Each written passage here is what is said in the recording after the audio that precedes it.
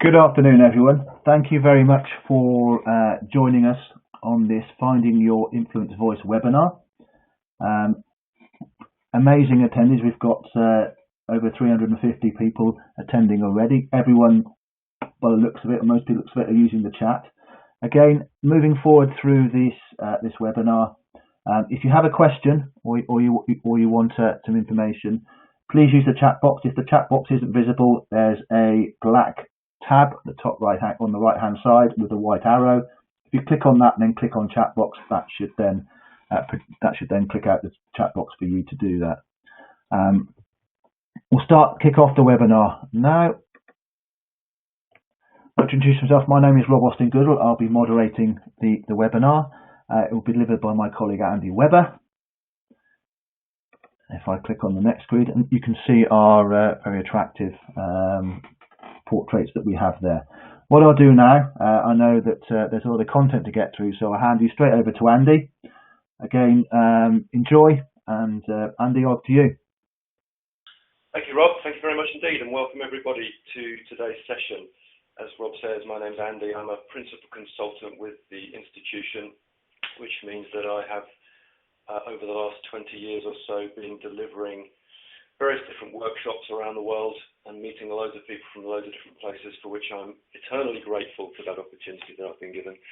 I hope over the years I've developed some understanding of the ways in which we are able to lead and in particular today influence others. And in particular today also the importance of finding our voice, as we put in the title of the session, to influence others. It's not always easy to have the courage, if that's the right word, to actually stand up and share our opinions and try to influence people. We can sometimes fail to do that. So it's a combination today of two things that we're going to talk about essentially assertiveness and then go on to look at influence specifically. But I want to start by just dealing with the question that I left you with on the opening slide. And thank you for your contributions in the chat box. Some accurate assessments of the differences. On the screen you can see a definition for influence. This is I think we'd all recognise this, that it's about causing change in someone else. And it could be a change in behaviour, or it could be a change in how they're thinking. I think the point I really want to make most strongly is that there's more similarity between manipulation and influence than there is difference in many respects. Because if you manipulate someone, they are also changing their behaviour or attitude or opinion. The difference really lies in the way in which it's done, and in particular in your heart. The real difference between influence and manipulate is that you know if you're being honest or dishonest. If you're tricking someone to do something that quite often has some negative impact on them, then it's manipulation. If you're encouraging someone to do something and influencing them openly, then it's much more about influence. And notice, incidentally, that the first word or the second word, more accurately, of the definition of manipulation is indeed influence. So they are very similar concepts, very similar things. So, agenda for today, as I said, there's really two parts to it. The first part is about finding your voice, and the second part is about influencing. And in terms of finding your voice, we're going to explore assertiveness and what it is, and then a little bit more about how we become more assertive. Even if you perceive yourself to be assertive, there will be times when you're not. And so we could all be more assertive more of the time. And so just an exploration of what we mean by that and how we do it. And then the second part, it's not really the second half, but the second part, we're going to be looking at influence specifically, the role that listening has to play in influencing others, and then a bit more of the technicalities of how we actually approach influencing. That's the plan. If you've got any comments or questions, please do feel free to use the chat box. Rob will be fielding those comments as we go through, and if there's anything crucial, then he's going to interrupt. Otherwise, we're going to deal with some questions at the end.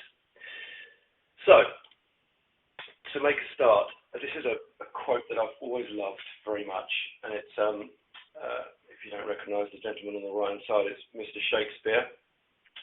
It's, in the context of influence, it's about, again, it's about the courage. Of course, this quote relates to all kinds of different things, that if we fail to even try, if we don't give it a go, we're not going to succeed. And the doubts or the lack of confidence or whatever it is that's in our heart that's stopping us can sometimes really get in our own way. So the first part, as I said, is all about thinking about assertiveness and what it is and what it isn't. Feel free to throw some thoughts into the chat box on this. What's your understanding of assertiveness? And what is assertiveness not? I know that's a pretty inexhaustive list. It's not an elephant for a start, but what are the relevant things that it's not? I guess what is sometimes confused with assertiveness? So, in order to answer that question, I want to share with you a definition of assertiveness that since I found it, I've always used. I've always found it quite difficult as a topic, and particularly in terms of distinguishing between aggressiveness and assertiveness. Because in many respects, they look quite similar in some respects.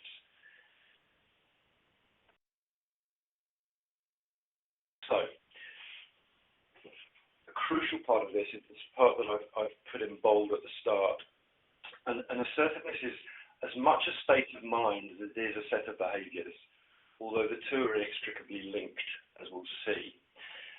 The important part, though, in terms of distinguishing it from aggressiveness, is this idea about rights, and your rights and others' rights.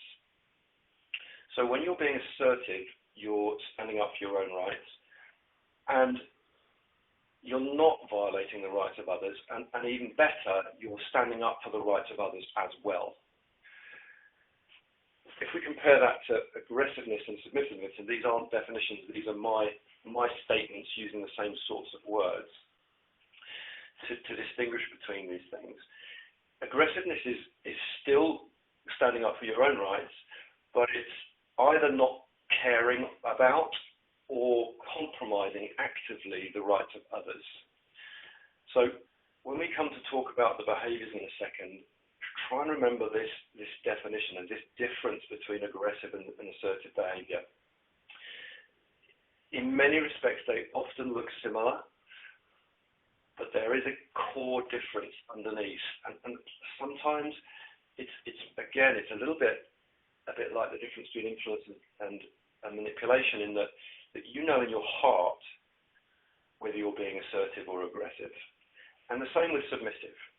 Again, sometimes assertiveness doesn't look that assertive. It can look a little bit submissive.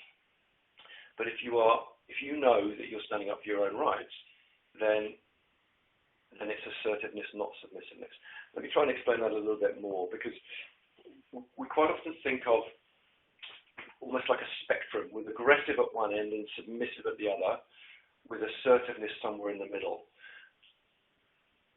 I'm not sure if that's wrong, but I like to think of it a different way. I like to think of an aggressive, submissive spectrum of behaviours, and then a separate spectrum, which is the assertiveness spectrum, where you have a range of different behaviours along the spectrum which can represent being assertive. So on the one hand, what we would tend to associate with the word assertiveness is this stating of your opinions and stating your case. And particularly when we're talking about finding your voice, that's usually what we mean. It's about saying, okay, we need to be assertive, we need to be more direct and less submissive. But it's also true that when we're failing to be assertive, we're sometimes failing to be assertive because we're being aggressive. And in that context, we need to think about perhaps a softer version of assertiveness. And indirect assertiveness is still being assertive. If you're having a discussion and you've stated your opinion and you're having a debate and you realise that someone else's idea is better than yours, the assertive thing to do is to let your idea go and listen to the other person's and go with theirs. Now, on the face of it, that could appear to be submissive. But if you've made a conscious choice and you've thought about your idea and you've thought about their idea, then it's not submissiveness, it's assertiveness. On the other hand, if you still believe your idea is better and you're allowing it to be pushed away in favour of someone else's idea, then that would be submissiveness. And the confusing thing about this is that in both instances, the behaviour looks pretty much the same. What's different is what's in our heart. So, if you've attended previous webinars, you may well have seen this metaphor used before. To try and explain what I've just been saying a little bit more clearly, we often use an iceberg as a metaphor for a human being. And what do we know about icebergs? Well, we know that the vast majority, 90%, is under the surface. And we only see a small amount of the iceberg above the surface. So how is this a metaphor for human? Well, in terms of you and another person, you don't see what's going on inside their heads. You don't see the way that they're thinking and the way that they're feeling. Or maybe you sort of do. And what you do see above the surface is their behaviour.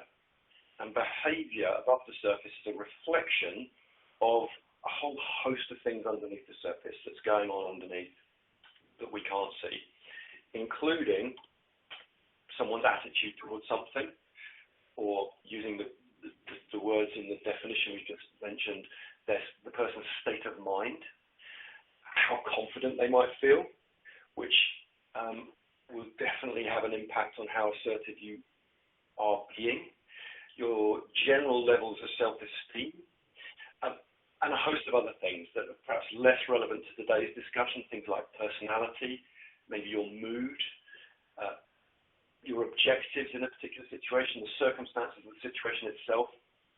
But today I want to focus on your attitude, and your attitude towards being assertive and therefore finding your voice in order to influence.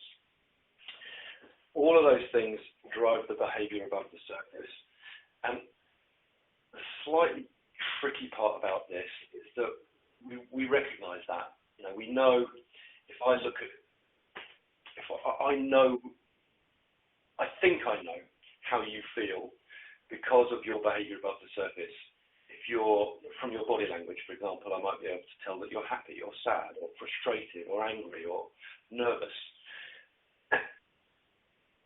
But I can't be sure. And this next part can be a little bit confusing. I'm going to try and make it as clear as I can, because the trouble is it's a bit of a circular argument, a circular discussion. I want to focus on these three things, on your attitude, on the impact that has on body language and on verbals, on the way that you say things, and on the things that you say themselves. So starting with the simple part, we know that our feelings express themselves in our body language. We can mask it, but we're not very good at it. Generally speaking, how we feel shows up in our body language. What we also know to some extent is that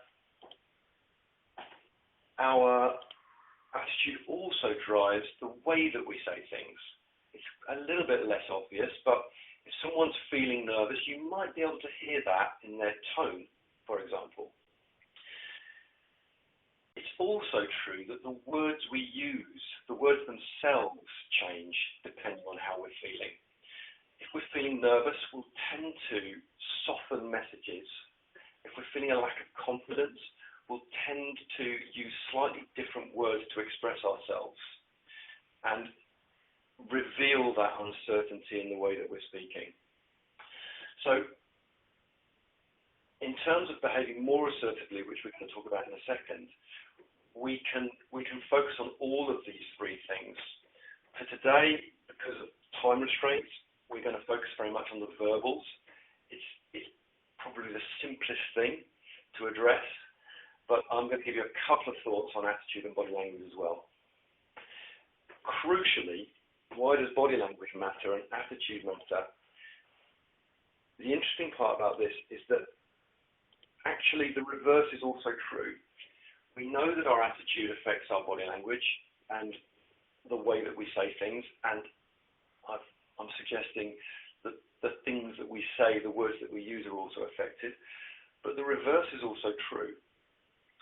So the reason that we're going to be focusing on verbals today and mention some things that you can do about your body language as well is that actually if you are feeling a little bit nervous and your state of mind is not assertive, you can affect that attitude by dealing with some of the things that appear above the surface. The reverse effect is true. So let me just summarize the key points from that because it's a little bit complicated. First, we understand that our feelings affect our body language, but also that our feelings affect our verbals, both the tone and the words that we use. It's also important to remember that other people's perception of us is based on what's above the surface, so the verbals and body language. They can't see our attitude. They make decisions, interpretations, assessments of our attitude and the way that we're feeling based on what they see above the surface. That's all they've got. They can't look inside us, thankfully, and see how we're feeling in that way. The last thing, as I said, is that body language and verbals affect our attitude. They have a reverse effect. So this is most obvious when we're talking, in my world, when we're doing a presentation skills course, for example, people get very nervous when they're presenting. And it's quite difficult to just say, well, don't be nervous. You know, that feeling, it's quite hard to change your feelings. What you can do is arrange your body language in a way that is more confident, and that will tend to have a reverse effect. A little bit more on that in a second. First, though, I want to look at your attitude, and in particular your attitude in terms of the assertiveness. There's two simple things that you can do. First is identify triggers.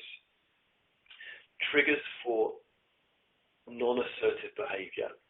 And when I say non-assertive behaviour, I mean either aggressiveness or submissiveness. This is going a little bit beyond just an influencing situation, but you can think of an influencing situation where perhaps you might be a little bit submissive and not express your opinion. What circumstances would that happen in? You know, at home with your kids, that's not likely to happen, but perhaps in a meeting with very senior colleagues, you might not speak up. So think about circumstances that might cause you to not speak up and not express your opinions. Equally, if you find that actually your problem is aggressiveness rather than submissiveness, you can also think about triggers that trigger your aggressive behavior. Now, a trigger, by the way, is a danger moment rather than a mathematical equation. You know, the trigger occurring doesn't necessarily mean you will react in a certain way, but it there's an increased likelihood that you will fail to be assertive in that situation. And that's the point. Understanding your triggers and recognizing what your triggers are can help you to manage your reactions. And this is something that if you go on anger management type courses, that they will talk about this a lot, is understanding it's quite difficult to manage anger once it's happened. It's easier to prevent it happening in the first place. And that trigger moment is key in that process. Even more simply, going back to the iceberg, if you remember, one of the words that was below the surface that I put there was confidence. If you know, and obviously you have to know this is an upcoming influencing situation, if you know you're going to need to influence someone, you can think about that beforehand. You can think about how you're going to approach this. What are you going to say? What kind of person are they? What is it that will influence them? What are their motivations? And perhaps what influencing approach are you going to take, which, again, slides later in the webinar might help you with. So attitude, there's a whole ton of other stuff that you can do about this, and you can, working on your self-esteem will help you to be more assertive as well. But that's a whole different webinar and quite a big topic and a difficult thing to address. So we're going to focus on the slightly simpler stuff.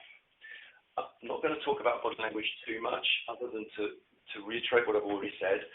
Arranging your body language in a way that is more confident will, number one, above the surface, make you appear more confident, which is important. Other people's perception of you will start to change if you can arrange your body language in a more confident place. But it'll also end up making you feel more confident under the surface. Not least, if you think about it on a very practical level, if you arrange your body language confidently and people perceive you to be more confident, they'll start to treat you a little bit differently. And that will have the reverse effect and make you feel a little bit more confident. There's a really good TED talk on this. I'm not sure if anyone's seen it. IMechE talks about this and really goes a little bit deeper into the impact that your body language has on how you feel. As I said, it's the link that we understand, the link that we know about is the opposite way around. We know that how we feel shows up in our body language. If we're feeling nervous, we'll tend to take up less space. This is a big part of what she talks about. Taking up more space with your body. I know that sounds a bit of a weird thing to do, but putting your shoulders back, standing a little bit taller, simple things like that. Perhaps standing with your legs a little bit further apart, uncrossing your arms, opening out a little bit. All of those things will give the impression that you're more confident than perhaps you feel, and start to make you feel a little bit more confident. It's the whole fake it to make it idea that that the more you're faking it, the more you'll end up feeling a little bit more confident. In fact, it's interesting that I tried to find it to put a link to it. Some years ago, I read an article by an actor who was talking about the fact that they felt that their self-esteem wasn't where it should be, and yet when they played a role where they were playing a very confident person, they, for some time afterwards, felt much more confident. And so it's, that act of playing a role is essentially the same thing. I want to focus, as I said, though, on the verbals and the things that we say. This is probably the simplest thing to address. It doesn't mean it's easy to do, but out of the three, it's probably the thing that we can address most simply. And there's some fairly straightforward things that we can look at. We get into habits with the way that we talk. We all have verbal tics of various kinds, words that we like to use. The popular verbal tic at the moment around in English is literally. Literally every third literally word is literally, it seems to me. So one thing that we can do is identify those habits and explore them, because some of them will give an unassertive impression. So, a couple of things. Taking ownership of your emotions. If you say things like, you make me angry, or you made me angry, that can come across aggressively, or it can also sound submissively, slightly counterintuitively, because it means that you're not in control. I feel angry is a much better way of expressing the fact that you are feeling angry, and because you are taking responsibility for your own emotion. Signposting your opinions. This is usually an aggressiveness thing. People will state their opinions as being facts and say that painting is rubbish. Well, a painting is a painting, and we all know that beauty is in the eye of the beholder. And you can't say that it's rubbish. You can say that you think it's rubbish, but you can't say that it is rubbish. At least you shouldn't. We all do it sometimes. But increasing the extent to which you flag your opinions as being your opinions will make you sound more assertive. And again, it sounds aggressive when people do it, but it's aggressive behaviours often a mask for a lack of confidence. So sometimes people might perceive you to be being submissive if you state your opinions as fact. Listening first. Now, this is particularly useful for anyone who perceives themselves to be submissive.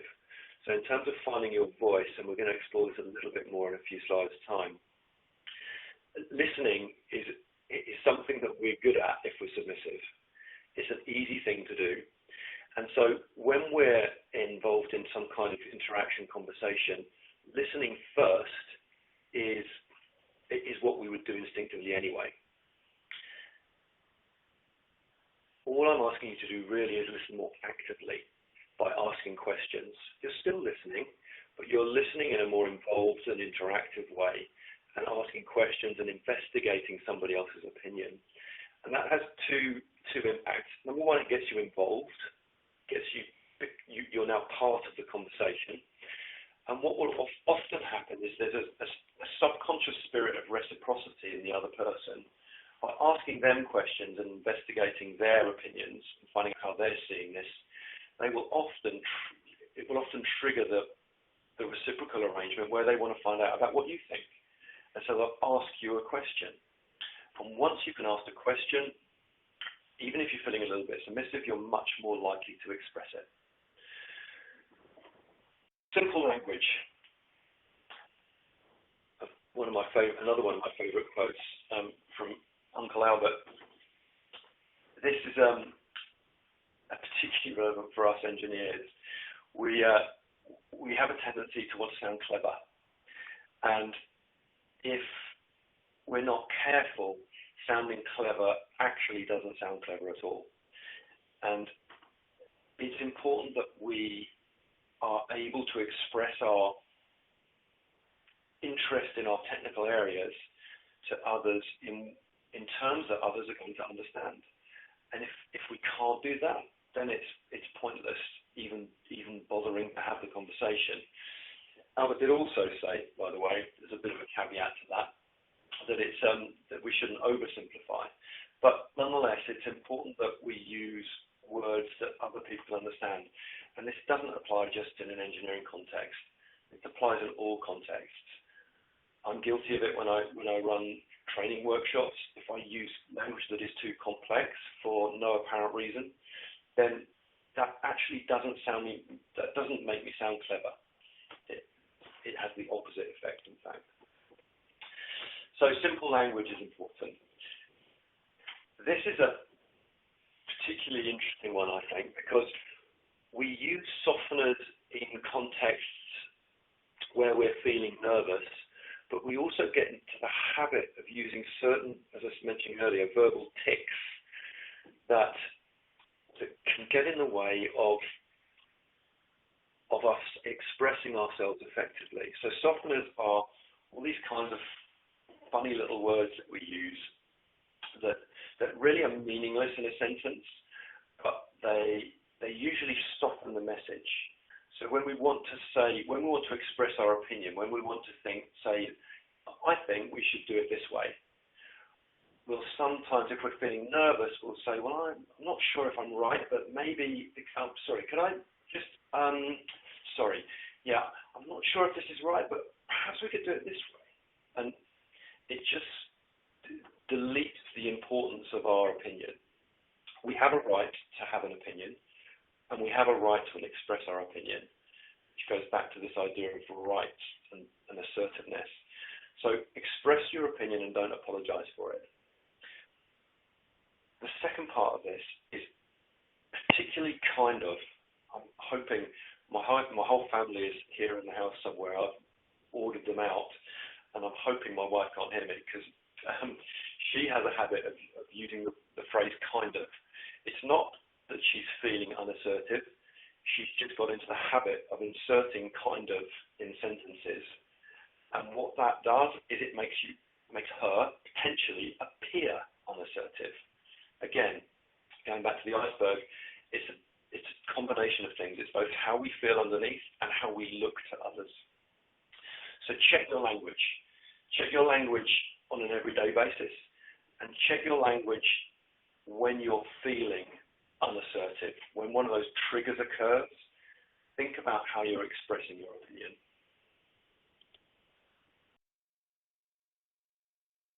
Parsnip, arguably my favourite mnemonic.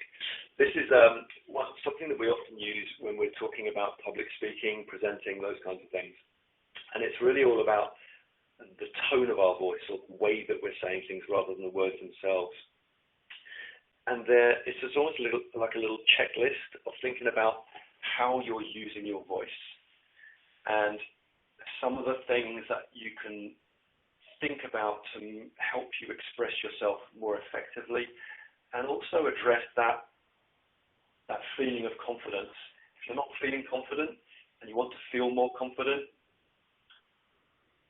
making sure that your voice sounds confident will help you to feel more confident underneath and appear more confident above the surface. So these are some of the things that we can consider. Pitch, for example, is how high your average note is. So if I've got a pitch down here, or if I've got a pitch up here, that's what pitch is about.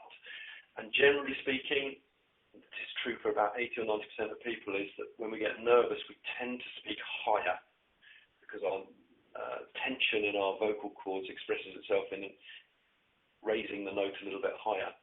So generally speaking, lowering your pitch will make you sound more confident. I think most of those are self-explanatory, and you can see some of them are specifically related to speaking to a group. Intonation, the difference between intonation and pitch is pitch is about the note that you're using, sort of your mean or average note, and intonation is the extent to which you vary your tone around that mean. So you can have a fairly flat, wavy line if you're talking fairly monotonically, or you can have a much more wavy line around the mean if your intonation is increased. So thinking about your vocals, thinking about your attitude, thinking about your body language, all can help you A, feel more assertive, and B, appear more assertive. So now we're feeling a bit more assertive, I want to talk about influence. And once we've found our voice, we can start to think about how we use it and the actual techniques and approaches to influencing others that we can use. And I want to start by borrowing something from media advertising marketing. It's something called AIDA, Princess AIDA, often used as. And I can explain it like this. Saturday mornings, not so much these days, it's usually my phone these days, but historically I used to sit on a Saturday morning with an actual physical newspaper and sit on the sofa with a cup of coffee. It was one of my pleasures in life. And in the background, I'd have the TV on. And quite often I'd be watching a bit of TV and sort of dipping in and out of the TV and dipping in and out of the newspaper. And as soon as the adverts come on, I'd look away and pick up the newspaper.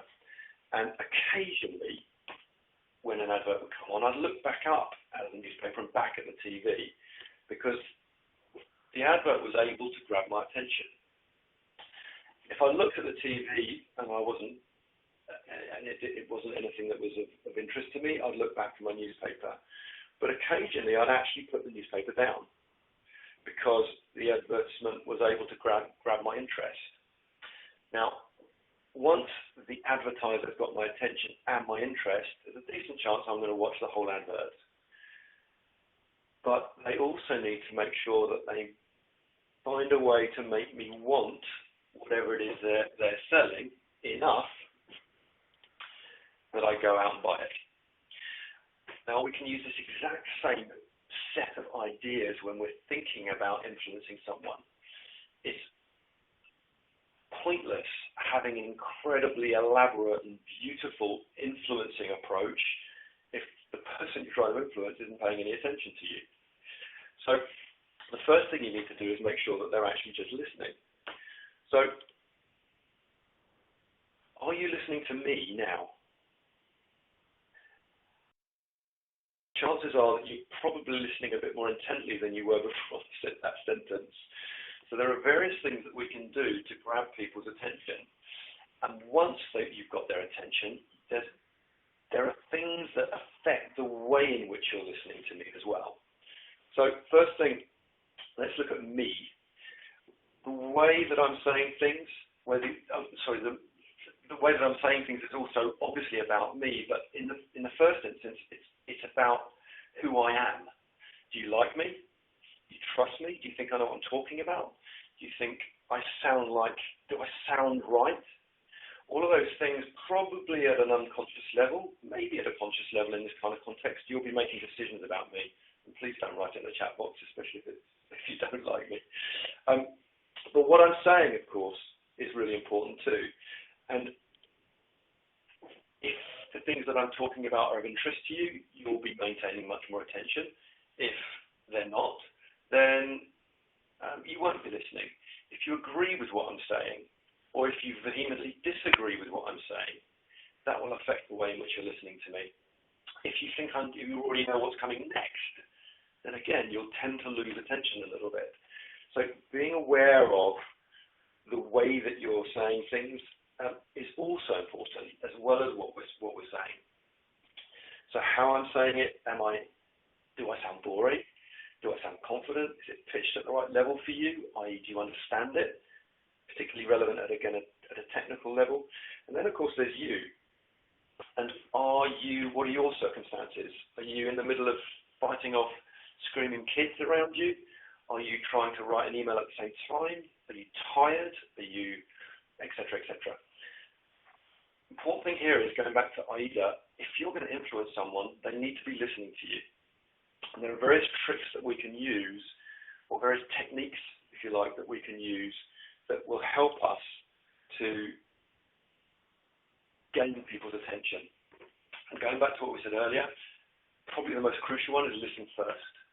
You get this reciprocal arrangement almost, whereby if I'm listening to your opinion and investigating your opinion, you'll return the compliment a little bit later. It also has the impact of building rapport. It's crucial in terms of you gaining information. If I'd asked you why do we listen to people, you'd probably put that first. I put it fifth on the list, because you get information that you can then use to adjust your approach to influencing that person potentially, and you can confirm and correct your planning that you've been doing beforehand. So listening first is a really good way to influence, slightly counterintuitively, gets people involved. If any of you have done any sales training, again, sales and influencing are basically the same thing. If you substitute a product or service for an idea, that's really what influencing is, selling someone an idea. And so when you go on a sales course, they'll tell you to find out about the customer's needs before you start selling your product or your service, and sell to those needs once you've found them out. Exactly the same principle works in influencing. So, just want to get a little bit of information to you around the concept of the approach that we take to influence. Now, some of these approaches you might not perceive to be really influencing at all. Giving someone an order actually is still influencing. It's not a very subtle form of influencing, but it is influencing. If we go all the way back to the definition of influencing that we used at the beginning of the session, if somebody does something different as a consequence of what you said, then you influence them. So if I order someone to do something and they do it, then by definition I influence them. It's a very push form of influence, making a demand, but it is still influencing nonetheless. And again, thinking about a spectrum of influencing behaviours is a useful way to think, and identifying where your habits are will tend to use similar approaches, perhaps more often than we should, because circumstances might really call for an alternative approach, but because we're comfortable with this one and it's worked before, we'll tend to stick with it. And very common in engineering is using logic, data, facts, figures. Why shouldn't we? That's a very powerful form of influence. There are circumstances where that doesn't really work as well as perhaps some of the others. So to simplify this a little bit, we talk about there being four broad approaches which combine or focus on certain areas along this spectrum of push-pull behaviours. So starting at the push end, we've got what we call stating expectations. This is where you are pretty much giving someone an order. You're telling them what you want them to do and you expect them to do it, and you might throw a little bit of a bone. This is an incentive for you. I'll give you a little reward. You might also wave a stick, say, if you don't do it, I'm going to hit you with this. Broadly, it's about pushing people towards what you want to do, and it's very inflexible.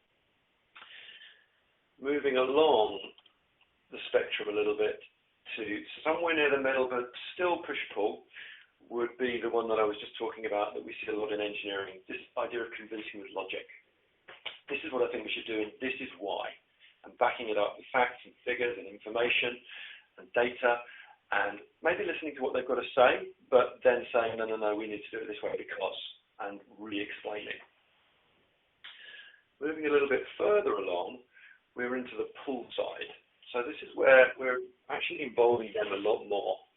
We're listening to what they've got to say, we're incorporating their ideas into our thinking.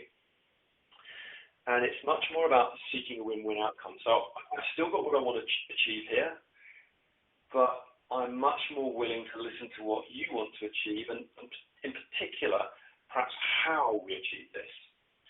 So it's a bit more of a discussion and a debate, and perhaps a bit of a negotiation too. I'll give you this if you give me that, but also about trying to incorporate your ideas into my thing that I want to achieve. And then finally, we've got the far pull end. Now, this can take different forms. The one that I want to talk to you about is this idea of painting a verbal picture. This is really where you just paint a very happy place that you want someone to go to, and then leave it to them as to whether or not they go to it. This is when you're trying to inspire people to action, particularly a group of people. So the great speeches, a lot of the great speeches will use this as a technique. Martin Luther King famously, I have a dream. And then he painted a verbal picture of a rosy future where little white boys and little black children and little white children were playing together in the schoolyard or something similar. And that's painting a verbal picture and inspiring people to take action based on this rosy view of the future, excuse me. But it's very hands-off. There's very little control on this. If it works, it's extremely motivating, and you get real buy-in from people. If it doesn't, you've lost control. So there are advantages and disadvantages and sort of circumstances when these different approaches work. And if you've got not much time, if it's an emergency, you're probably more likely to operate at the push end. If you need someone's full commitment, you're much more likely to work towards the pull end because you really only get compliance if you're pushing.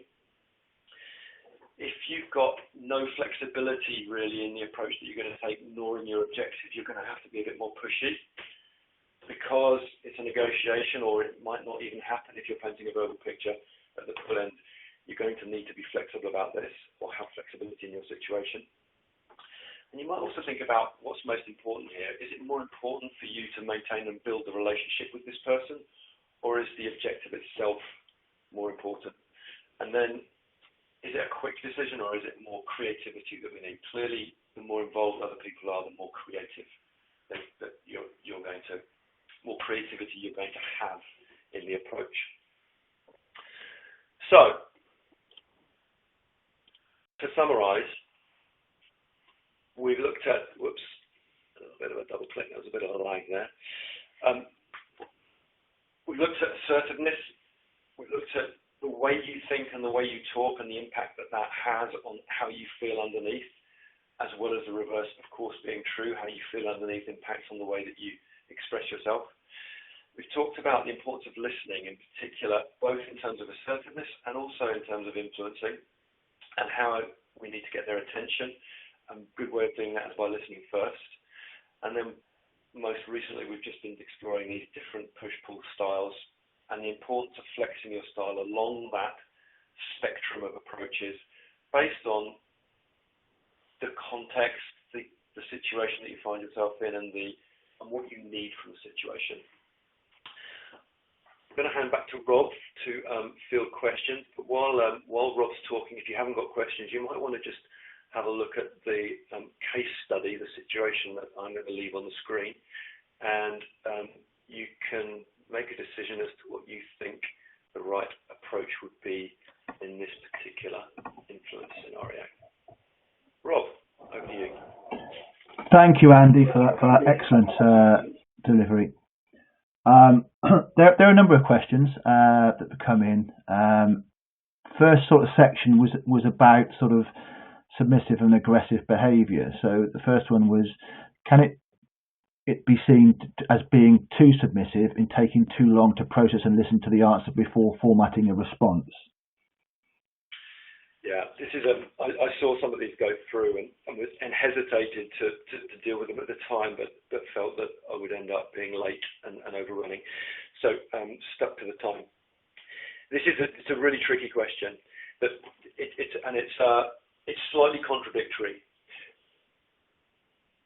You know in your heart whether you're being submissive or indirect assertive. That's the first thing to say. You know, deep down, you know whether you're backing off and allowing your rights to be compromised, or whether you're choosing to go with the other person's approach. The counter to that is the fact that other people's perception may be incorrect, i.e. they only see the behaviour above the surface, and so they may interpret your indirect assertiveness as being submissiveness. Now, that's particularly true if it's repeated. If you're constantly indirectly assertive, then people will end up believing that you're submissive. And actually, I would probably argue that you might well be being submissive and conning yourself. What makes you look assertive is how flexible you are across that spectrum of assertive behaviours, and being both direct assertive and indirect assertive is what really makes you appear assertive. I hope that answers the question. The next one, Andy, is how can you be assertive with someone who is naturally and quite often aggressive? Yeah, that's again, in a workshop, I would now whip out my flip chart and draw you a nice picture about transaction analysis. If you Google transactional analysis, it will give you some interesting information about this. I can't remember the guy's name, Byrne, B-E-R-N-E is his surname, I can't think of his first name. He talks about parent, adult, child states, which are very easily substituted for aggressive, assertive, submissive states. And the fact that aggressive behavior from someone else is often a trigger for aggressive behavior in you or submissive behavior in you. You tend to get the equal or the opposite. What his research is all about is if you are able to recognize the trigger, overcome your instinct, and behave assertively in the face of aggressive behavior, and do that repeatedly, continue being assertive when they're being aggressive, then eventually what tends to happen is that the reverse effect happens and they'll start mirroring your assertive behavior. They'll tend to reduce their aggressiveness. Emergency services, police, for example, are taught this, that when they're faced with aggressive behavior, they need to be assertive in response. That is not being aggressive back and very much not being submissive back, but being assertive back. Okay, next one, Andy, is how to express opinion without softeners and do not come across aggressive. again, that this come across is the crucial words in that question, and that's the hard part. It's about if we go back to that slide, and I think we're sharing the slides with you afterwards if you wish to see them. Some of the verbal techniques, the first few points on that slide, it's about signposting your opinions as opinions and not claiming them to be facts. It's about taking responsibility for your emotions. Those kinds of things will all help for you to appear assertive rather than aggressive. But it's the same thing is true as regards the answer I just gave about submissive behaviour. People can misinterpret that, and particularly if you're being direct assertive, a lot of the time people will end up feeling like you're being aggressive. So it's about being flexible across the spectrum again. Also, how do you distinguish between projection and shouting? That's a good question, and I'm probably not that well qualified to answer it. The best people to ask that question to are actors or people that are making speeches to huge audiences, which I don't do unless I'm online, in which case obviously I don't need to project. The projection is very much not shouting though, and I'm given to understand the crucial difference is the amount of tension in your vocal cords, and also where you're projecting from. Projecting tends to be associated with resonance on that part of the list as well. So resonance comes from deeper in your chest, and shouting tends to come from higher in your throat. So you project by dropping your voice down into your chest, and also where you're looking matters. If you're looking down, you're more likely to shout. If you're looking up and sort of throwing your voice in the direction you want it to go, you're much more likely to project. But that's a bit of a layman's answer to the question. So talk to an actor. Next one. Does that mean people generally speak in a higher pitch all the time means not being assertive? Okay, so this is I meant to mention this at the time, so thank you for that question. We all have a natural pitch of our voice, and I'm not suggesting you go and get surgery to change your pitch. It's about recognizing, and particularly people that know you will recognize even quite subtle differences in your pitch.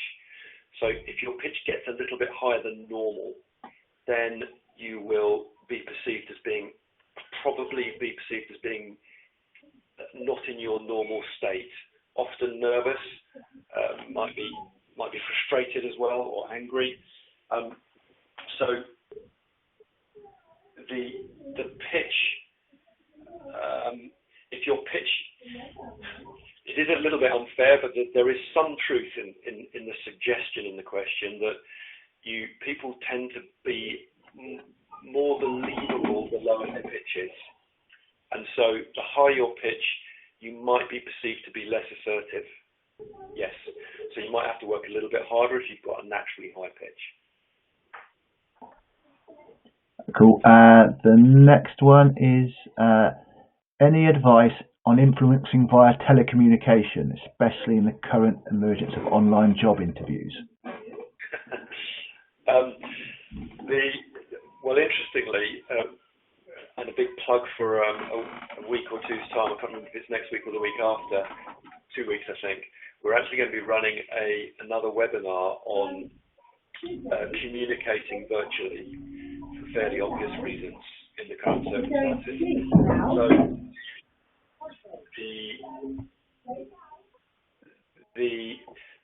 the simple answer is that exactly the same things apply, it's just more difficult. So again, if you think about your opinion of me will have been influenced in just the same way as it would have been if I'd been standing in front of you face to face.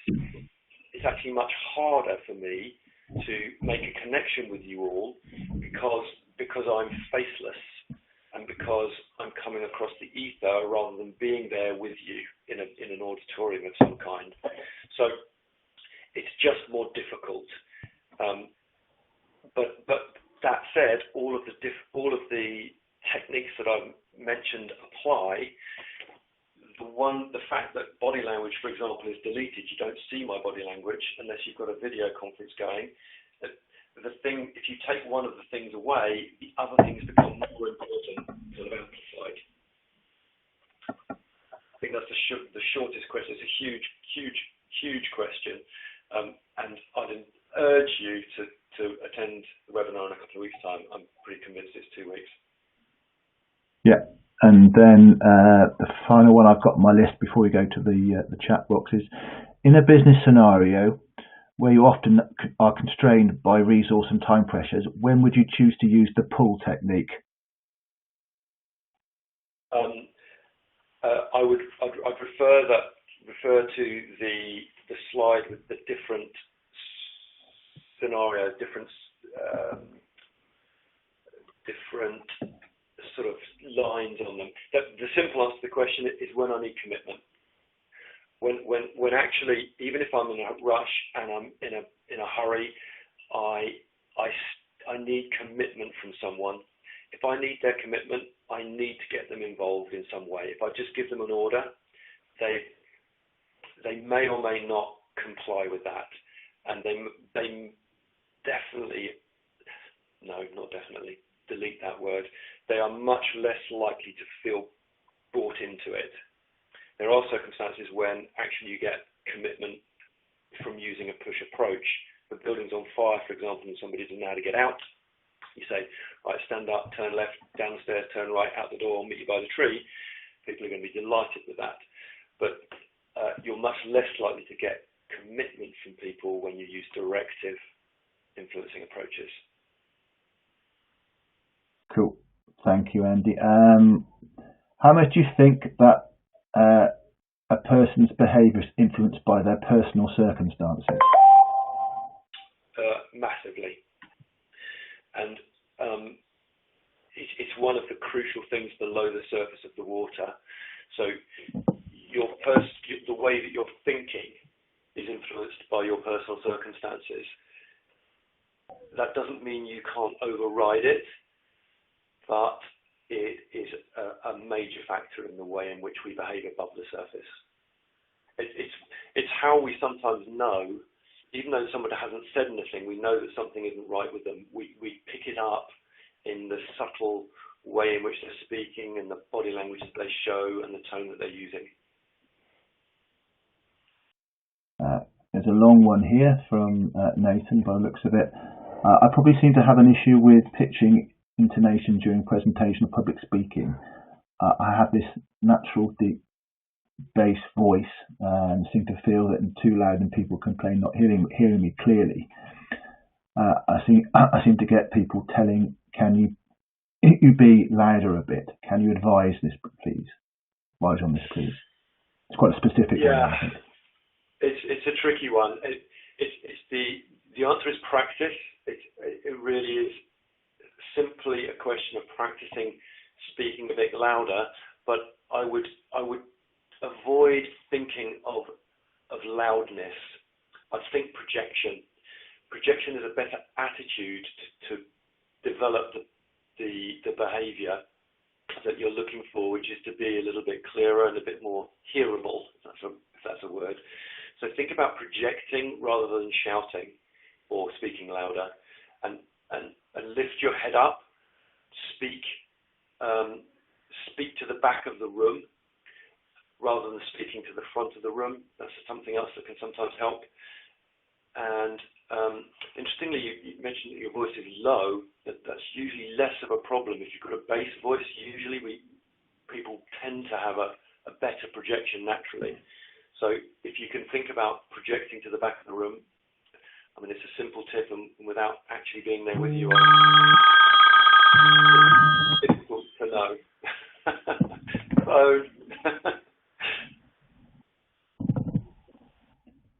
Okay. How would you deal with a covert bully who influences others against you? I think that's beyond the remit, and I probably shouldn't give you my gut reaction to that. Yeah. How would you deal with a covert bully? I think it's more about the influencing others against you thing, possibly. Yeah, for me, I would deal with it at source. I mean, it's root cause analysis, isn't it? I could deal with the symptoms, which is trying to re-influence the people that they have affected, or I would deal directly with the source of the problem and get this person in a room, sit them down, and say what's going on, and just have it out with them. Be direct. Say you know what's going on and that you think it's unacceptable, and give them some feedback, which is very, very easy for me to say standing here, but way harder to do. But that would be my advice, or not my advice. That would be the way I would approach it.